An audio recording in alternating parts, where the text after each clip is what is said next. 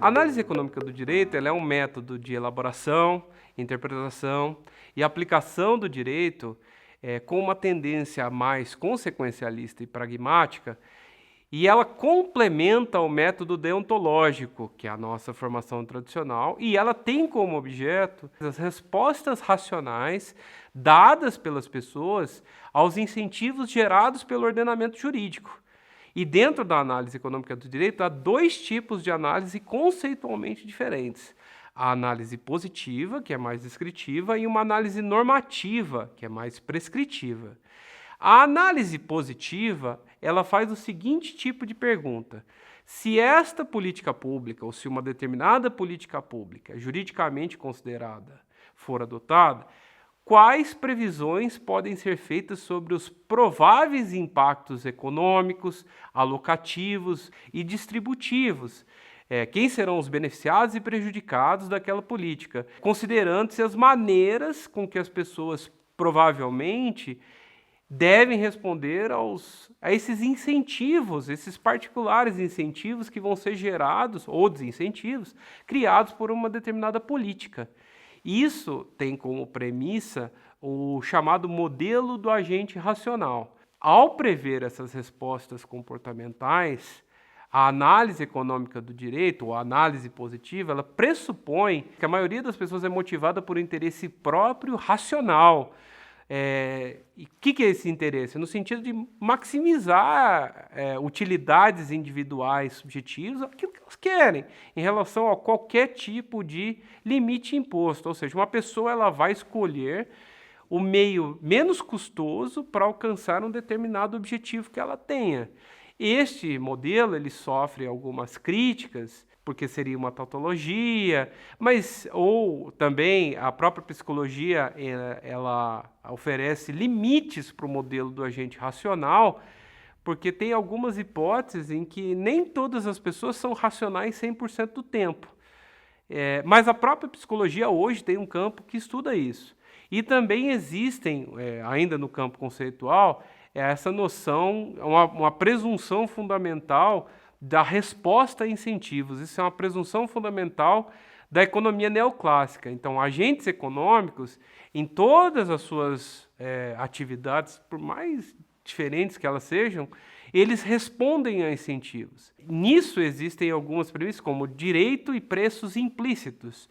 O ordenamento jurídico ele pode ser visto como um arranjo institucional para prescrever e estabelecer preços implícitos para certas atividades dentro de algum objetivo, pode-se pensar consequencialista, um objetivo de efeitos esperados. Para isso, a análise econômica do direito também tem uma premissa importante, ela tem uma rigorosa orientação empírica. Então, ela é uma ferramenta poderosa que depende fundamentalmente da validade empírica de suas proposições. Então, o objeto do estudo da análise econômica do direito podem ser algumas perguntas. Então, quando que certas normas sociais garantem um comportamento cooperativo, mesmo na ausência de sanções jurídicas? Por que as pessoas obedecem à lei? Qual é a capacidade da lei de remodelar normas sociais ao longo do tempo? Ou, na mão inversa, ou reciprocamente, quais são as restrições que as normas sociais impõem na habilidade do direito de mudar comportamento? Para vocês entenderem um pouquinho isso, aqui entra a premissa, é um dos grandes conceitos que ganhou o prêmio Nobel, por isso o conceito, o Teorema de Coase. O que é o Teorema de Coase? Ele é uma forma de se demonstrar como se forma a eficiência econômica com a presença de externalidades. O que são externalidades? É um termo muito usado. Eles são efeitos, pode ser positivo ou negativo, então a gente pode falar de custo-benefício, percebidos pelas pessoas e pela sociedade. O Teorema de Coase, ele sustenta que se for possível transacionar com as externalidades e os custos de transação forem substancialmente baixos ou zero, pode haver uma negociação que leve à eficiência pode ser considerada a eficiência de Pareto, independentemente da alocação inicial da propriedade. O teorema de Coase ele é mais facilmente compreendido por meio de um exemplo. Suponha que tem uma fábrica que ela vai instalar uma determinada chaminé, vai produzir fumaça e que ao lado dessa fábrica existam 5 casas, moradores, que vão ter afetadas a sua capacidade de secar roupa, que a roupa vai estar no varal e que ela tem uma dificuldade. No exemplo dado para compreender bem o teorema de Coase, existem duas situações. Qual que é o elemento que diferencia as duas situações? Os custos de transação. O que são custos de transação? São os custos de se identificar, de se reunir, de se negociar com, no caso, os moradores, e os custos de negociar e processar a fábrica. Então aí vem uma pergunta.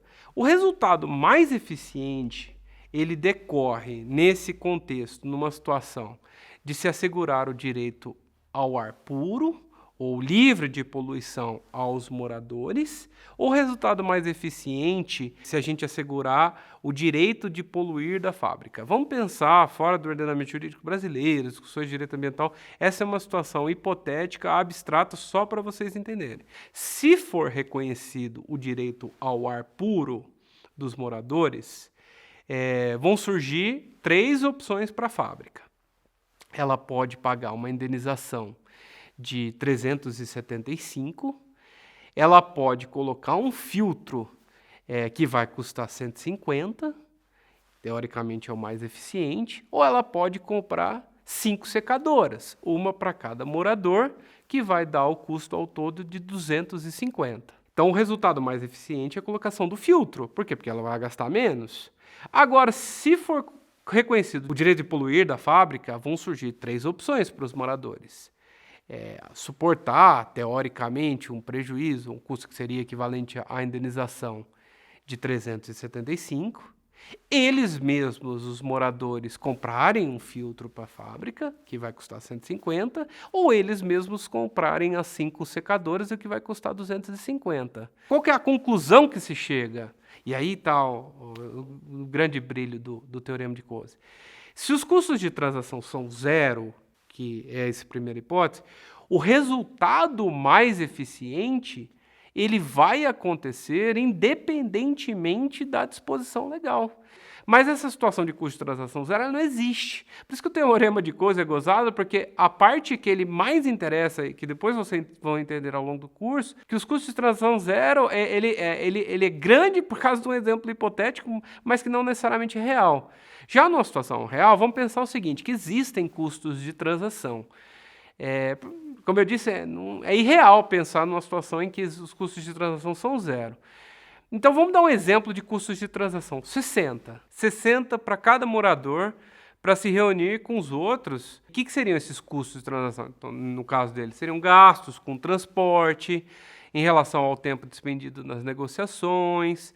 Então vamos pensar que esses custos são 60. Então aí vem a pergunta. O resultado mais eficiente, ele decorre de se assegurar o direito ao ar puro, livre de poluição aos moradores, ou ele decorre de se assegurar o direito de poluir da fábrica. Se for reconhecido o direito ao ar puro, tem 3 opções para a fábrica. Não tem custos de transação, que a fábrica ela não tem aqueles custos de reunião, transporte, a fábrica ela mesma toma a decisão lá internamente. Então, quais são as 3 hipóteses que vão para a fábrica? Pagar uma indenização para os 3 moradores de 375, colocar um filtro, que vai custar 150, é o resultado mais eficiente para a fábrica, ou colocar 5 secadoras para os moradores, que vai custar 250. Se for assegurado o direito de poluir, vão sobrar 3 opções para os moradores. Suportar o dano, ou seja, 75 para cada um dos moradores. Colocar um filtro, que vai ser 150 mais 60 de custos de transação, ou colocar secadora, 50 para cada um, e essa vai ser a opção de cada morador, porque vai custar só 50. Então, qual que é a conclusão? O direito ao ar puro ele é mais eficiente que o direito de poluir. Então, a partir daí, desse exemplo, nós podemos extrair algumas conclusões sobre o teorema de Coase. Quais são as conclusões que podem ser úteis? E depois, no fórum, a gente pode discutir outros exemplos. Se há custos de transação positivos, o resultado mais eficiente, ele pode não decorrer de qualquer tipo de norma jurídica. O resultado mais eficiente pode decorrer dependendo do caso, que vai ser do direito que pode ser reconhecido, ou não. E nessas circunstâncias, para parte da doutrina, pelo menos, a norma jurídica que deveria prevalecer é aquela que minimiza os efeitos dos custos de transação. Tais efeitos, e isso vocês vão ver que tem uma implicância, por exemplo, lá na frente, em relação a contratos. Se eu vou lá na terceira aula, vocês vão perceber o quanto é importante minimizar custo de transação. Custo de transação é ruim, gente. É que nesse exemplo, eu estou só dando exemplo hipotético, mas depois quando a gente for para a aplicação prática, vocês vão ver como o custo de transação é coisa ruim e que deveria ser uma finalidade do direito realmente reduzir. Outra conclusão do teorema de Coase é que as consequências distributivas, elas são mais complicadas quando há custos de transação. O direito ao ar puro, ele custa 150 para a fábrica. O direito de poluir custa 250 aos moradores. E uma quarta conclusão, embora a situação ela não seja realista, porque não existe situação de custo de transação zero, ela fornece uma forma interessante de se pensar em problemas jurídicos, porque ela sugere os tipos de transação que podem ocorrer dependendo se a norma jurídica for mais ou menos eficiente. E uma vez identificadas tais transações com presunções mais realistas sobre os custos de transação, uma norma ela pode ser claramente preferível à outra em termos de eficiência.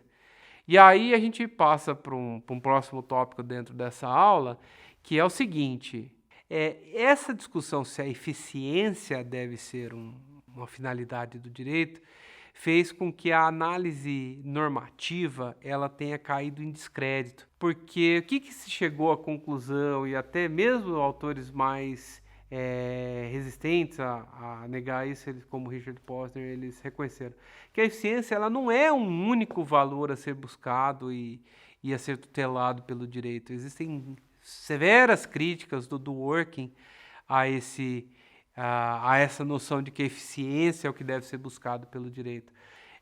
Que ela na economia não se questiona que a eficiência é um valor a ser buscado. Já no direito, essa lógica não é aplicável, porque às vezes no direito você precisa procurar proteger alguns valores, ainda que eles não sejam os mais eficientes. É preciso proteger certos valores, quaisquer que sejam as consequências. Então, o que se percebe é que muitas críticas à análise econômica do direito, elas eram, na verdade, direcionadas ao utilitarismo. Ao utilitarismo que alguns juntavam à análise econômica do direito. E que tem uma contradição em tratar... o utilitarismo ele tem uma contradição interna, que é tratar todos os interesses de forma igualitária e tentar maximizar a utilidade para a sociedade como do estado de coisas. Então, esse conflito entre tratar todos os interesses de forma igual e procurar o melhor estado de coisas para a sociedade, essa contradição torna o utilitarismo insustentável. E eu remeto à leitura, eu vou indicar uma leitura caso alguém tenha interesse em se aprofundar nesse tema. Mas o que acontece? A análise econômica do direito não precisa se resumir ao utilitarismo. Existem valores que devem ser preservados, ainda que eles não levem ao resultado mais eficiente. A análise econômica do direito, principalmente na análise positiva, ela evolui, ou ela evoluiu até, e eu vou tratar isso na terceira aula, para uma espécie de pragmatismo, para um pragmatismo jurídico que também não está isento de críticas, principalmente na academia, mas que ele é útil. Então, para conclusões finais dessa aula, o que a gente pode falar? Por que se ignora os impactos das forças econômicas sobre o sistema jurídico? Existe uma confusão conceitual. A análise econômica do direito, para ficar muito claro, então, ela não é direito econômico. O mais interessante da análise econômica do direito são as respostas racionais aos incentivos nos chamados comportamentos fora de mercado, non-market behavior. Por que então ela é rejeitada? Existe uma tradição europeia, né, de resistência a teorias que não têm origem na Europa, isso a gente acaba importando preconceitos às vezes sem nem saber. Existe uma preocupação com abstrações teóricas e umas generalizações assim, que não tem sentido. Às vezes a gente livros perdem páginas e páginas para definir o conceito de eficiência e as pessoas não sabem o que é ser eficiente.